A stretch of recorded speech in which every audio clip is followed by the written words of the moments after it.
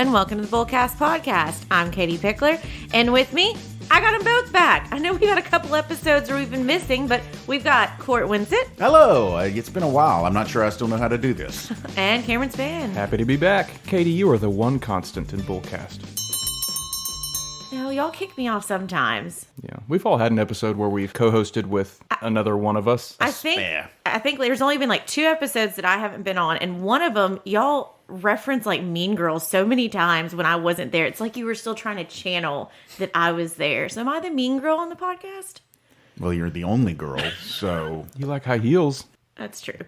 Yeah. I did have somebody the other day that's talked about, like, you should do an episode about all the costumes you have. Like, I mean, yeah, I could talk about costumes all day long. Okay, so we are in January, and you hopefully have survived the holidays. You've survived New Year's. New year, right? New year, new you? Yeah. Yeah, sure. New year, new me. The New Year episode that y'all did without me, of course, my Christmas break was taken up with COVID. So, you know. Lucky you. Yeah, I was pretty much out of it, basically from Christmas Day to New Year's Day. So, yeah, when I finally actually was better and felt more myself, I guess you could say it was like New Year, new me, because I was finally functioning after New Year's Day. I see how it is. When I had COVID, I still had to call into the show. Remember that? My kids were yelling in the background, and I'm talking about kids. I think that was the episode. Yeah, we were talking about kids, and you're like, "Oh, I'm struggling," and I'm on this stupid podcast with you guys. Like, I had my voice was affected a lot. Like I was super hoarse. I did not sound good. It would not have been a pleasant listening experience for our listeners to hear my voice when I had COVID. Y'all have made me talk when I've been hoarse. I mean, okay, we gotta talk about what we're talking about. Reel it in. Obviously, I was tongue in cheek with the New Year, New You, because a lot of it's just this, bells ring. It's now a new year. Everyone thinks, okay, reset. Let's get our crap together, essentially. So this is also Financial Wellness Month. It's exactly what it sounds like. It's a month dedicated to kind of doing a gut check on your finances, making sure you're starting the new year off right. You are financially kind of resetting and rechecking everything out. I feel like if there was a holiday that Bullcast celebrated, this would be the one, right? Yeah. Financial wellness, that's kind of what we're here for. Yep. Yeah, absolutely. Unless there's a personal finance day. I mean, it's like instead of barbells, we're lifting, lifting papers of like, yeah, you got your organization ready, and I don't know. Okay. There probably is a personal finance day. As a matter of fact, we may have even referenced it before. Yeah, there's a day for everything. There's nowadays. financial literacy days, there's personal finance, financial planning days. I can just picture our Bullcast bull, out there with some weights, like, yeah, let's get financially fit. Pumping a budget in one hand and a tax return in the other. Yes. Wow. Awesome. Wow. Okay, so let's start with a little fun. We're going to do a list? We're going to do a list. We still do that, right? We do lists now. So movies to stream if you need a hand reaching your goals. From bustle.com, apparently, is what we're pulling this from. Okay, so I'll start. We'll round robin. The Founder, a true story about McDonald's founder, Ray Kroc, Michael Keaton. It's a fun movie to watch, actually. It just kind of shows you about the goals and a little bit about, like, people stealing ideas. And so if you got a good idea, kind of keep it locked down. Oh, Ray Kroc was a little sleazier than we thought, right? Next movie is Hidden Figures, which is the biographical film about the women of color who helped launch NASA. The story of the NASA pioneers, yeah. They were integral to the process of getting John Glenn into space. Yeah, very good movie. Their math. I have not seen it, but apparently you can stream it somewhere. Good, and the title comes from the times they lived in. They were hidden. Women of color, they weren't really highlighted for all of their mathematical work. Yeah. Okay, next is Erin Brockovich. Yes. I have seen this movie. It's been a minute. Dame Julia Roberts. Yeah, Julia Roberts obviously stars. She won an Oscar for this, I think. And it's the true story of Erin Brockovich, a woman who took on a big chemical company that was hurting people. Hurting in town, yeah. Single mom, all that stuff. A League of Their Own, one of my favorites for sure. There's no crying in baseball. Crying in baseball. Great movie about the women kind of all starting to play baseball while the men are at war, and just kind of how a company shifted their models to still try and stay afloat when they didn't have any of the men to play baseball. Yeah, I don't know which streamer it is, but I did read an article recently that there's apparently a League of Their Own series, TV series. There's a new series on it. I've watched a little bit of it. I'm so much of a purist I love the original with, Tom Hanks, Gina Davis, Madonna, Rosie O'Donnell, that I'm going to give it another chance. But it's one of those, that's one of my favorites. Next movie is Creed, which is a sequel to the Rocky franchise starring Michael B. Jordan. Now, don't hate me. I actually have not seen this. I know. I heard it's good. It's good. And if it's like the other Rocky movies, it's all about a great comeback. You're defying the odds. Michael B. Jordan plays the son of Apollo Creed, and he takes up boxing like his daddy. Yeah, Rocky's in it. Yeah, and it's all about the story of him, this goal that he has set for himself and achieving that There's goal. multiple, and I think there's a new one coming out too. Oh, yeah. Yeah. Okay, next on the list is La La Land. Boy, I'm getting some not favorite movies of mine on this list. La La Land. I have seen it, though. I guess this was described by one critic as a love letter to L.A. It's basically Hollywood congratulating themselves on being Hollywood, really. It's like the Oscars. Yeah, I mean, it's just... And if you didn't like this movie so much, I'm sure you loved when their Oscar got taken away from them at the Oscars. La La Land won. Oh, never mind. It was Moonlight. You didn't win. Yeah, sorry. That was such a mess up. Cool Runnings. Woo! The Jamaican bobsled team and just such a crazy John movie. Candy. John Candy's in this one. Yeah, this is one that y'all have said some quotes from this movie, and I never Sanka, you get the dead quotes. yet? You dead yet? Oh, man. And he had his egg. And it's like, whenever I get really cold, I feel like Sanka, because he literally runs back in the airport and puts everything on, including his duffel bag. He is just, and his braid breaks off because it's frozen, and he's got his egg, and yeah. It is a really funny and heartwarming movie. I mean, there's lots of aspects in it because you got the one guy that's pressured by his dad and he's not really supposed to be doing the bobsled team. And then you've got dynamics of just the different mix coming together. And then John Candy, which has a little bit of crooked, shady stuff going on with him. Yeah. The one thing I regret is I had an opportunity to go on a trip with David. And for some reason, I couldn't go. But I think it's in Park City. They have the bobsledding where you can, it's almost like a little roller coaster. You can do, the bobsledding experience. And, yeah. Interesting. I think it'd be fun. That's cool. Okay, I'm stealing this next one from you, Cam, because I got a lot to say about this movie. The next one on the list is Slumdog Millionaire. Now, when this was in theaters, it was a big hit in theaters. Everybody was calling it the feel-good movie of the year. I went to see it thinking it was going to be a feel-good movie. It did not make me feel good at all. This movie is 99% of the movie, the bulk of the movie, is just sheer misery. I mean, you're just watching these kids just have the worst life ever. It just makes you sad. The only reason it is a feel-good movie is because of the way it ends. So if you haven't seen it, I won't spoil it for you, but you got to make it to the end before you actually feel good. The rest of the time, you just feel terrible for these people. I don't know. Have y'all seen it? Yeah, a lot of small homeless Indian children. It is sad. I haven't seen it So yet. the main star, he goes on Who Wants to Be a Millionaire, right? The Indian version of it? The Indian version of it, yeah. Basically, his life story is told from his perspective as a child, and then it's interspersed with clips of him as a grown-up on this game show. I had the soundtrack on repeat. I remember Jai Ho being huge. a huge song, and I definitely listened to it quite a few times when it was big. Yeah. All right, I'll wrap up the list with yet another movie I have not seen. Thank you, Court. This movie is Wonder. Now, I've heard about it. It was a book. I remember the poster. It tells the inspiring story of August Pullman, a young boy with facial differences who enters a public elementary school for the first time. Whew, that's going to be rough. This movie will have you in tears and motivated to fight for the people who are deemed different in society. Interesting. I can't remember. One of my daughters loved this book, but I don't remember how they felt about the movie. I've never seen it, so I've got no opinion. That's our list. Okie dokie. So, January is Financial Wellness Month, was created to remind us to pay close attention to our financial well-being. It comes right after the hustle, bustle, and spending that comes with the holiday season to help us slow down and prepare our finances for the new year and our lives as a whole. January is always associated with new beginnings and resolutions. Okay, let's go back to that. Yes, you were just coming off of kind of either the stress or maybe the high of, the energy coming from the holidays. And then reality starts smacking you in the face with those credit card bills coming in. If you're like me, you get in the moment and you're like, oh yeah, let's buy this, let's buy that. Or yeah, we've got a party. Come on, let's just get all the good stuff. And then you're just like, oh, what did I do? We talked about this 2 weeks ago in our New Year's episode. And I was saying, I love January because it's kind of like starting fresh. You're purging, no more spending. And you're like, well, that's when you're paying your bills off. So I was like, okay, we'll just say March then. Yeah, it's kind of one of those, you're now at the consequences of what you did last year, and you've got to start paying for that. It's good to include a few financial related goals. Obviously, we're big about goals and having your plan of what you're going to do. So improving your financial literacy.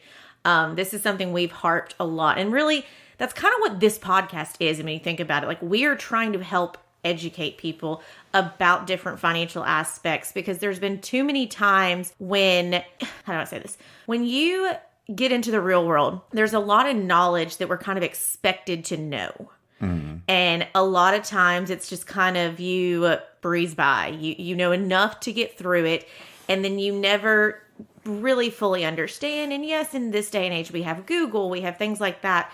But I think too many people hit a certain status level, or they feel like they're old enough or they're established enough that they can't ask the questions. And so that's kind of why this podcast was created, to help explain that. But whether you are the savviest of savvy investors or really just getting started out, financial literacy is super important, and personalized financial literacy is what I want to throw in there. That it's having the knowledge of all the different things, but then taking a step further and working on your personal financial plan on how these different financial elements fit with you. Because it's great knowledge to learn about reverse mortgages or, HELOCs. Reverse mortgages. Ooh, no, that's a dirty word in our or dirty words, I guess, in our. Well, and I'm excited to I'm actually starting a course now that is going to talk about reverse mortgages, the good, the bad, and the ugly. And so I'm looking forward to do an episode kind of explaining that. So that's kind of where it's top of mind for me right now. But the point of that is that, there's so much information out there. We're information overloaded. So financial literacy, figure out what works for you, figure out what fits your personal plan. We, of course, are associated with a nonprofit organization, American Public Education Foundation.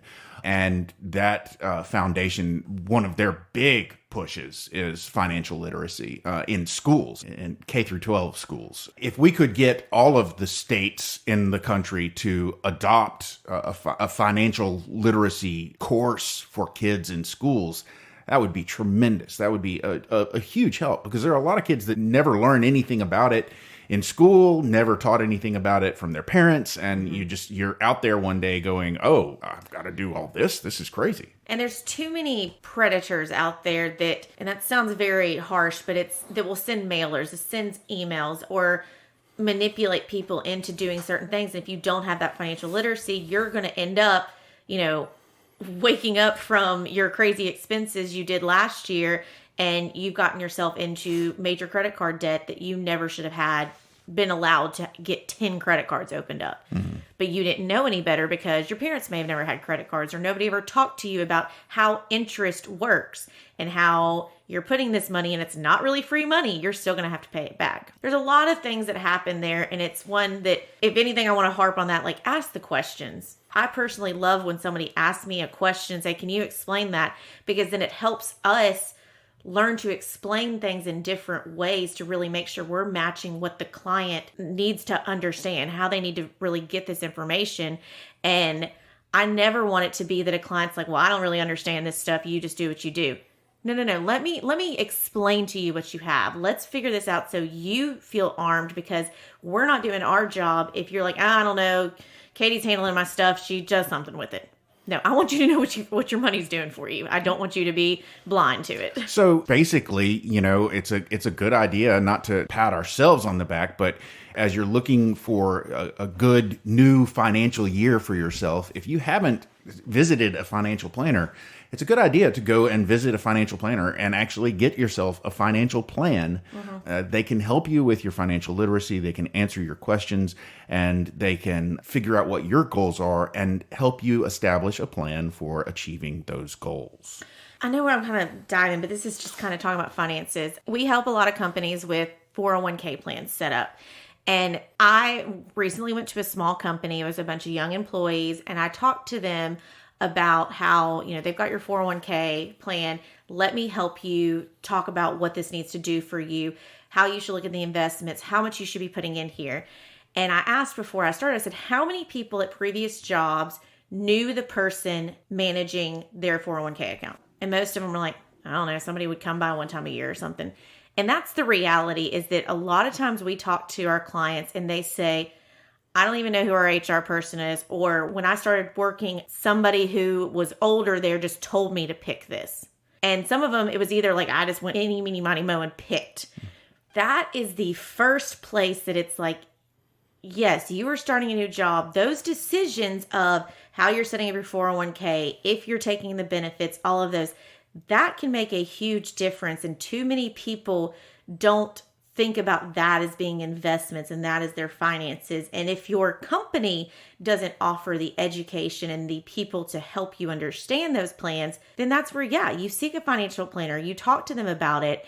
And I got to harp here again, you don't have to have, billions of dollars or be on track to be this certain thing. If you want to get help, if you want to get your finances in order, you want directions, you want help with budgeting and making sure you're doing the right things, then find a financial planner that can help you do that. I mean, that's what we do. We're in the business of trying to help people and get them on the straight path, because every step you make is a ripple effect in the good direction or the bad direction. And so you've got to just take control of it. And so it's, what better time than January? Yeah, firsthand experience here. One day, Katie called me and she's like, you're not putting enough into your 401k. And she sat down with me and really guided me through how it should be structured, which was helpful. Yeah, and Cam works here, and it's one of those that it's just, I'm not putting words in your mouth. Come on, but throw me under that bus, it's baby. It's probably one of those that you started here and signed up and didn't want to go, like, hey, David, what should I do? What should I be putting this in? And it's also to put your 401k to the back of your mind.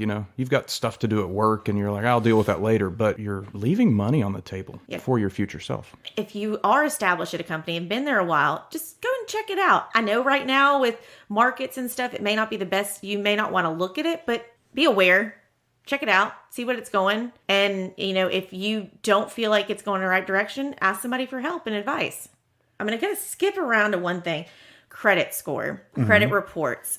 We did a whole episode about this. We even did a whole talk about dating sites that compare your credit scores. And I feel like when you sit down for a first date, then you need to be like, and your credit score is? Keiki, if you're listening, next person you go on a date with, ask them their credit score. Compare with yours. David recently presented to the students of Collierville High School their finance class on just preparing yourself financially for your future. And he got to credit scores and he said, your credit score is the most important number in your life. It really is an important number. Credit score, one major factor that impacts the interest rates you get on loans is your credit score. There's two types of credit scores, the FICO score and the Vantage score. FICO. Okay. What does FICO stand for? What is it? What is the acronym? I mean, I know it. Am I going to give it away? Give it away. Give it away now. Fair Isaac Corporation. Who is Isaac? And is Isaac fair? I'd say Isaac is fair. I mean, I don't know Isaac personally, but he apparently thinks he's fair enough to call himself fair. Okay, we're being funny, but Fair Isaac Corporation was created by Bill Fair and Earl Isaac. So two guys. So hopefully combined, Isaac was fair. If you had asked me any time before I started working here what FICO stood for, I would have automatically, because it's your credit score, I would have automatically thought that the F was, financial something, something, something. And it's financial interest credit. Yeah, something like that. And instead it's Fair Isaac Corporation. That's interesting. Yeah. Okay, so just a refresher, your credit score is made up of a couple of different components. And the percentage, it's weighted differently because a lot of people go, oh, is this going to impact my credit score? And so you kind of need to know what impacts it and what doesn't. So at the lowest, 10% is new credit. So if you have a lot of new credit lines open in a short amount of time, this could impact your credit score. So this would be if you get those emails of, hey, you're about to buy $200 of stuff at Target. Do you want to open up a Target card? Or Best Buy? Best Buy is always pushing that. And it may be tempting, especially, December time. And now they're like, oh, but you can get, 20% off. Or when you buy airline tickets, they're like, you can get 80,000 miles if you sign up for this credit card. And in your mind, you're thinking, oh, no harm, no foul. I'm just going to get a credit card. I'll put it on there. But if you do a lot of that, then that's going to impact your credit score. And I know this goes against that follically challenged financial guru based in Nashville. I'm not going to name names. It is good to have a certain amount of debt. That helps your credit score. Yes. Right? We're on the same page here? Yeah. So that was 10% new credit. 10% credit mix. Credit is more than just credit cards. The better you can manage a mixture of credits, the better your score will likely be. So this is going to be having car loans, house loans, HELOCs, lines of credit at the bank, things like that. Now, I'm not telling you that you need to be like, oh, well, I need all the things. No. But as you're like merging your marriages or things like that happening, merging your marriages. Merging your marriages. Oh. What in the sister wives is going on here? Merging people together in a marriage, not merging your marriage. Polyamory is good for credit scores. Lord, it's been a while since we've all been together. So if I have a house on my credit, then, maybe it's one of those and your spouse only has a credit card, then maybe they need to put the car in their name. Like it's kind of diversification, our lovely little jargony word. Just like spread it out. Spread it out among people. Make sure you got a good mix of it. 15% is length of credit history. New credit users seem more likely at risk to lenders. So this is kind of where I throw to the parents. Figure it out, but it may be one of those that even prior to them going to college, you kind of put them as an authorized user on a card or get them a credit card, and it can have a very low limit on it, something like that, only used for emergencies. I don't know if anybody, you two probably don't watch it, but the show Ginny and Georgia.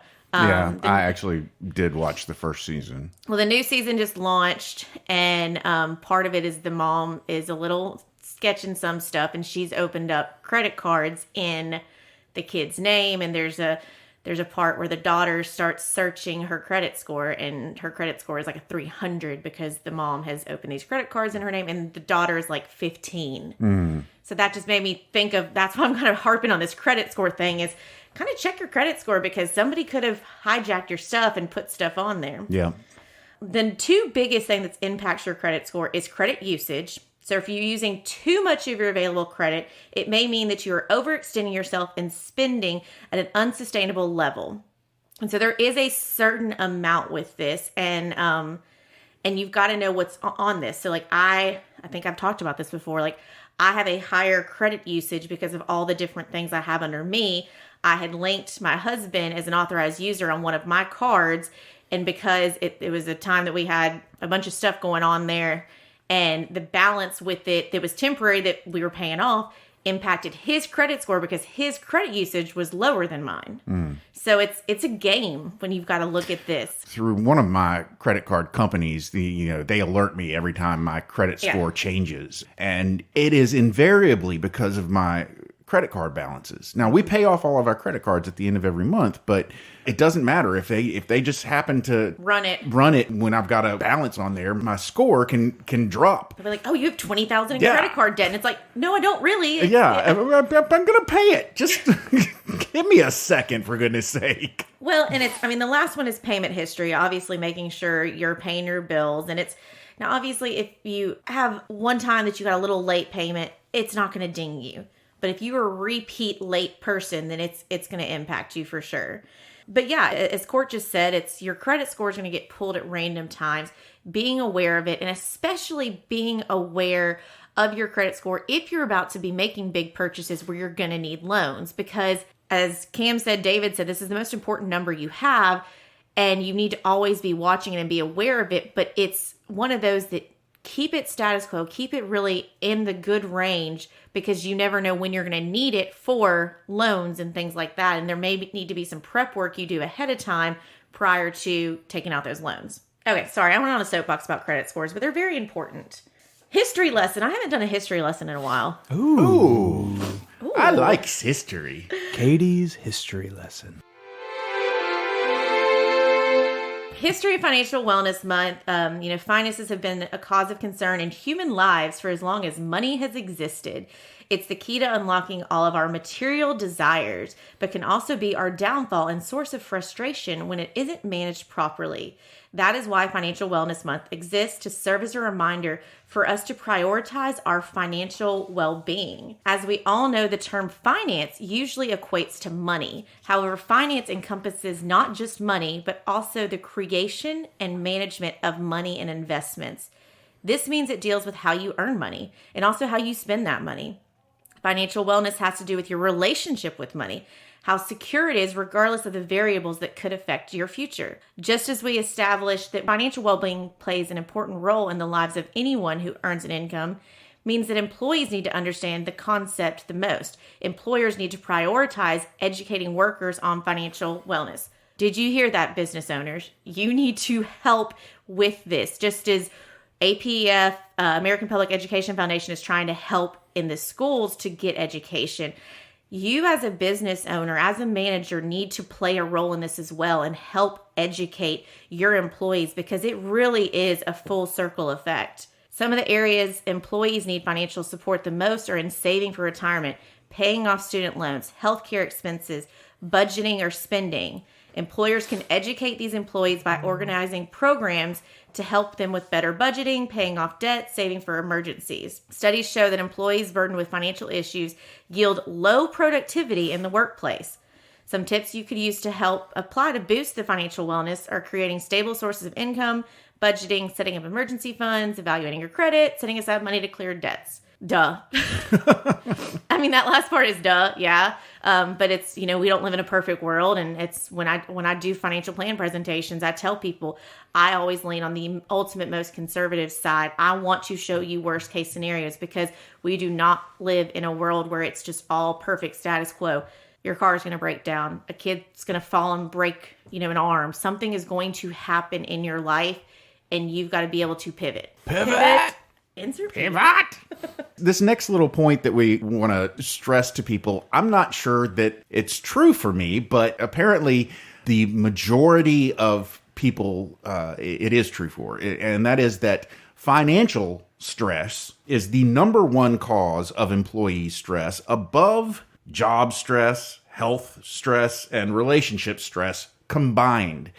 A financially stressed employee is more than 2 times more likely to leave their job with you, if you're their employer, but if they feel that they're financially underpaid or whatever. The reason I preface this with I'm not sure it's true with me is because financial stress is not where my stress. I mean, my stress is not coming from financial stress. My stress is, it's other stuff. It's coming at you from all other angles.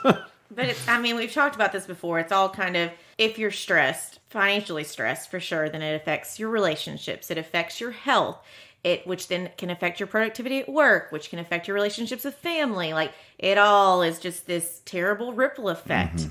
And so it's trying to get that in check. And I think especially right now, January, those bills are coming in, and you may be igniting fights that should have probably happened in December when you were purchasing the things, but now they're happening. And it's kind of one of those word of advice. All I can say, especially if you're in a relationship and you're dealing with financial stress, pick your battles and don't try and go back and deal with that. It's more of like, hey, it's here. We got to pay this off. Let's get this paid off and let's figure out how to not get back to this spot. But harping on the past it's not going to help. It's just going to cause more and more drama. And instead, you just say, let's get this taken care of. Let's get this burden off of us. But let's try and make sure that we're setting ourselves up to not ever get back to this spot again. So just leave it alone. Don't care about the number of shoes that were purchased. Leave it alone. Just speaking for a friend. I thought, Have you had some fights over maybe some SJPs that you shouldn't have gotten, Katie? I think I've said it on the podcast before, but it's, some tongue-in-cheek comment was made by my husband about like, you got to quit spending so much money. And I said, I don't have time for you to talk to me about this, and don't talk to me about this because we're going into December and I'm going to spend some more money. At least you're honest. I mean, and I'm an advisor, y'all. Like I'm being honest about that, but I understand my relationship with money. And that's where you've got to have that balance and understand that just because they may be your romantic partner, they're your partner in life, it doesn't mean you have to share the same relationship with money, but you have to respect each other's relationship with money and learn how to work together with it. And so don't go, well, she's spending all this money over here, so I'm going to go spend this money over here, because then that's childish and that doesn't work. Then you're both just spending too much money. So your husband has to be frugal because you're not frugal, is basically what you're saying. Exactly. No. Don't follow my example.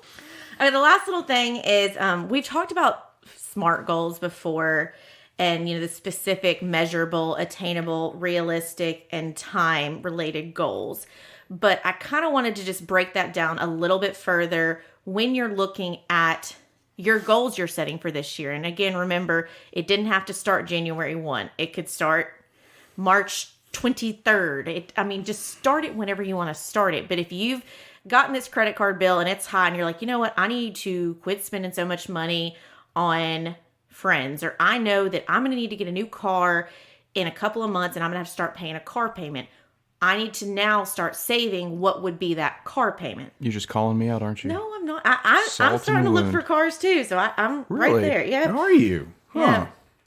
Interesting. So okay, let's start it out. Let's play it out. Let's use you. Role play. Okay. Use me. Use you. So let's say in 6 months you're going to be getting a new car, and Right. you. Let's hope it's a little less than Sooner 6 than months. 6 months, I yeah. am borrowing a friend's car right now.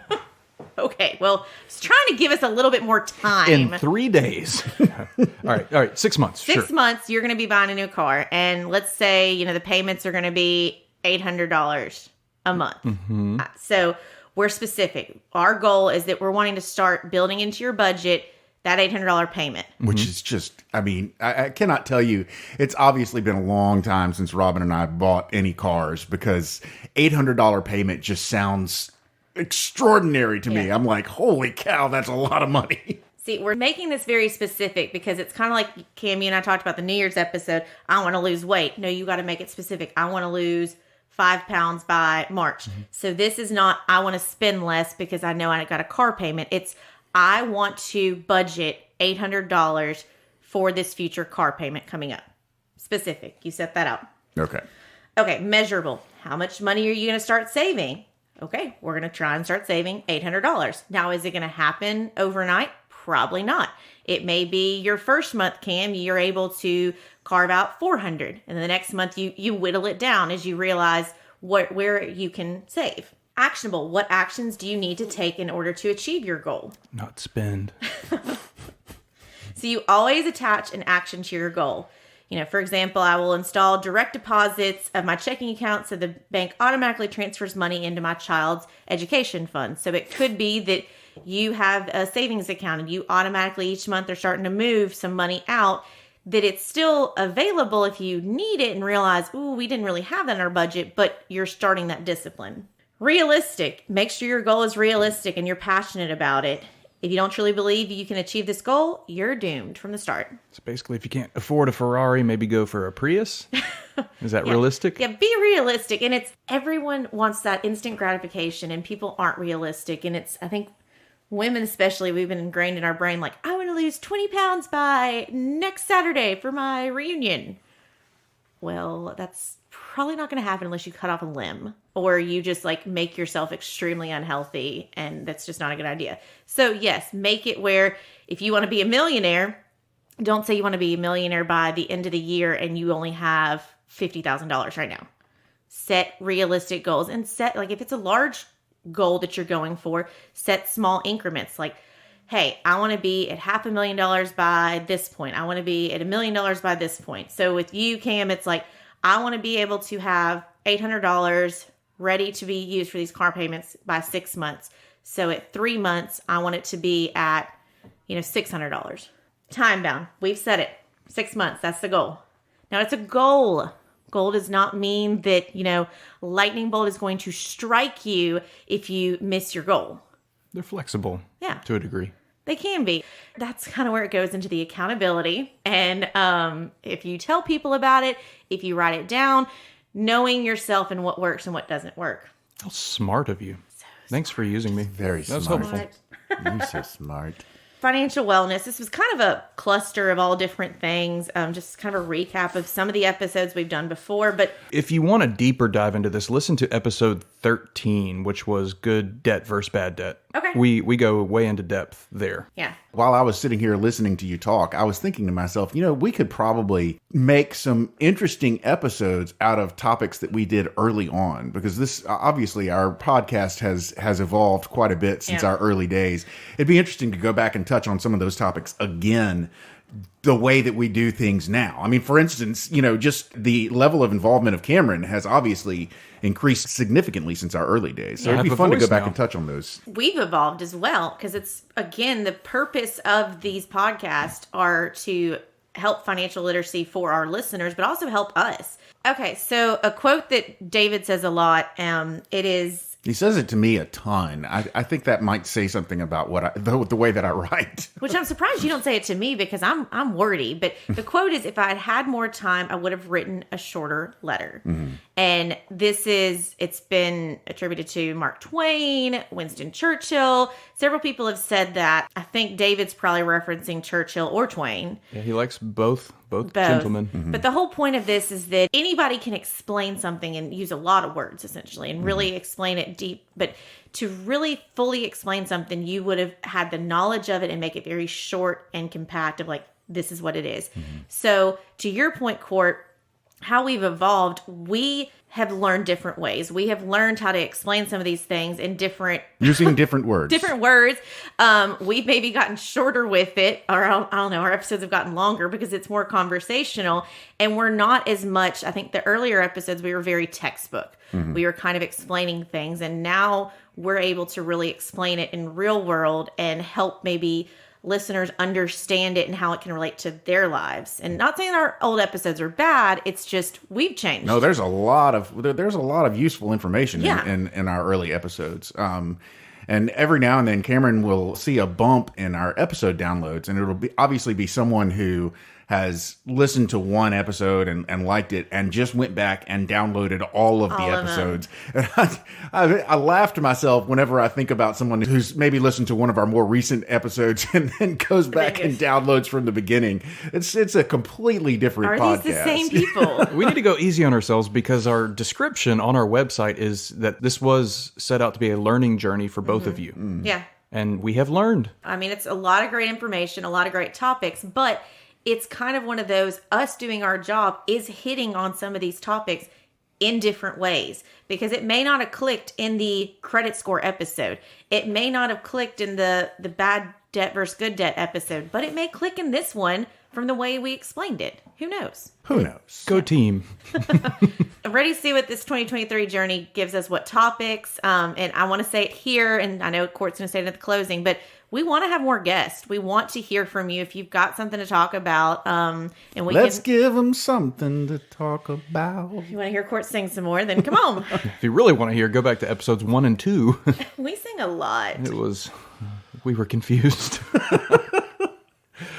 Oh, are we going to do a bullseye, or have we eliminated that from our podcast? We can do a quick bullseye. It's January. Do a check. It's Bullseye. do a checkup. I challenge you, just go and check out your 401ks if you've got those. Just kind of take a little look at your credit cards, your bank accounts, and just kind of where you stand and where you want to be, and create a plan.